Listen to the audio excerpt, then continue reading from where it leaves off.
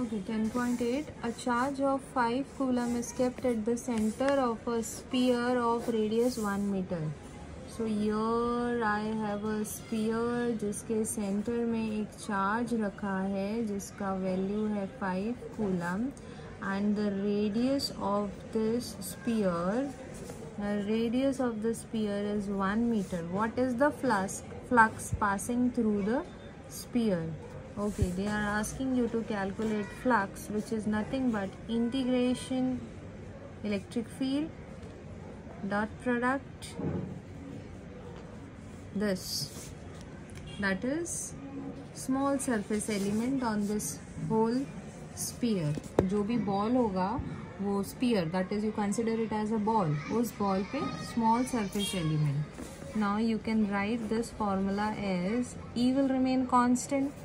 E को बाहर निकाल दो. Integration on small surface will give मी, ये दोनों वेक्टर में लिखा है इसलिए डॉट प्रोडक्ट मीन्स यहाँ पर जो आंसर आ रहा है हमको after multiplying this two vectors with dot product will give this answer as scalar quantity. जब भी आंसर स्केलार क्वांटिटी आता है तभी दो वेक्टर डॉट प्रोडक्ट से मल्टीप्लाई होते हैं. ठीक है. नाउ यहाँ पर मैं वेक्टर की साइन नहीं ले रही हूँ, डॉट प्रोडक्ट वाला आपको एक्सप्लेन कर दिया है, विदाउट वेक्टर की साइन करते हैं. ठीक है. Integration of this small surface element will give me whole surface area of the sphere. Now what is the whole surface area, total surface area of the sphere? Formula 4πr square. This is the formula of the flux. Now this r is nothing but again the radius of the sphere, but यहाँ पर small इसलिए लिया because it is specifically highlighting radius of the sphere. Here this r is telling us the flux over this whole sphere, that is also the radius. You can consider small r. Now what is next?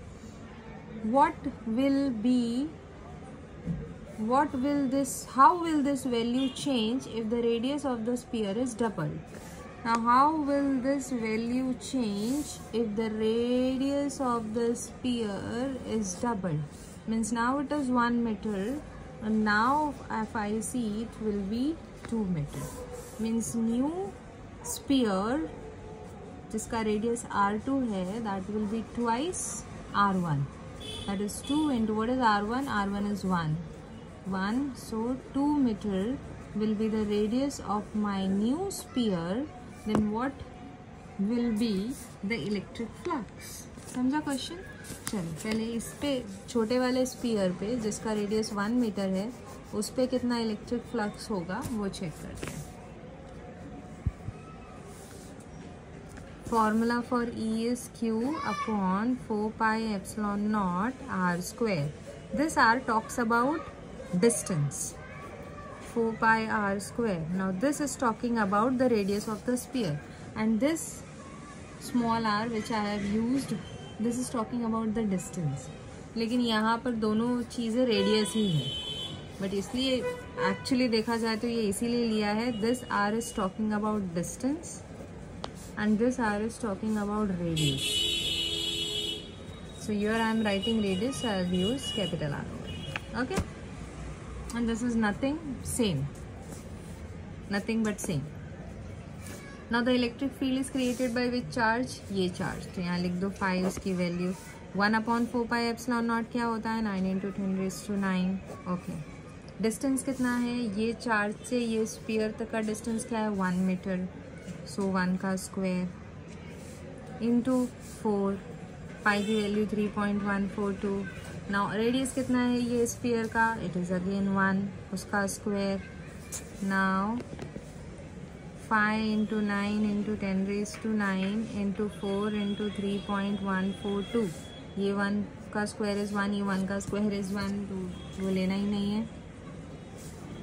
Now 5 4 ज़ा 20, 180 हो गया. ये देखो 5 4 ज़ा 20, 20 × 9, 2 9 ज़ा 18, so it is 180. तो ये तीनों नंबर चलेंगे.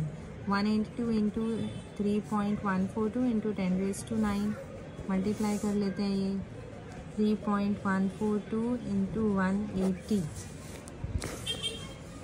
0 2 is 0 2, 0 4 is 0, 0 1 is 0, 0 3 is 0, 8 2 is 16, 4 8 is 32, 33, 8 1 is 8 plus 3 is 11, 8 3 8 is 24, 25, 1 2 is 2, 1 4 is 4, 1 1 is 1, 1 3 is 3, 0 6 5 5 6 5.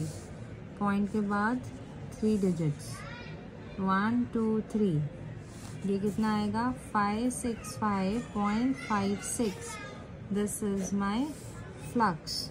Now what will be the unit here? It is very simple. Electric field के लिए unit volt पर metre, और यहाँ पर क्या आएगा? This is surface area, so metre square, so volt metre. Okay. Now next thing which they have asked is what will happen if ये तो 10⁹ रहेगा ना, into 10⁹. अब तुम्हारे टेक्स्ट बुक में they have shifted the point to negative side of the number line और फिर ये पावर चेंज किया है. No need to do that, you can leave the answer over here. Now look at the formula of the flux. कहाँ गया ये formula? Surface area. ये इस फॉर्मूला में या इस फॉर्मूला में phi is equal to E S. इस फॉर्मूला में can you see any radius वाला term? No. So you will say flux is independent of radius. So, by changing radius, flux won't get affected. अब मेरे कुछ बच्चों के दिमाग में आएगा कि मैं सरफेस एरिया के फॉर्मूले में तो आ रहा था ना रेडियस. ठीक है, मैं अब आपको वो समझाती हूँ. देखो, वही चीज़ यहाँ बताना था. ये डिस्टेंस और ये रेडियस. स्फीयर इस चार्ट से, ये स्फीयर का ये वाला डिस्टेंस, ठीक है, distance, and this distance is nothing but radius.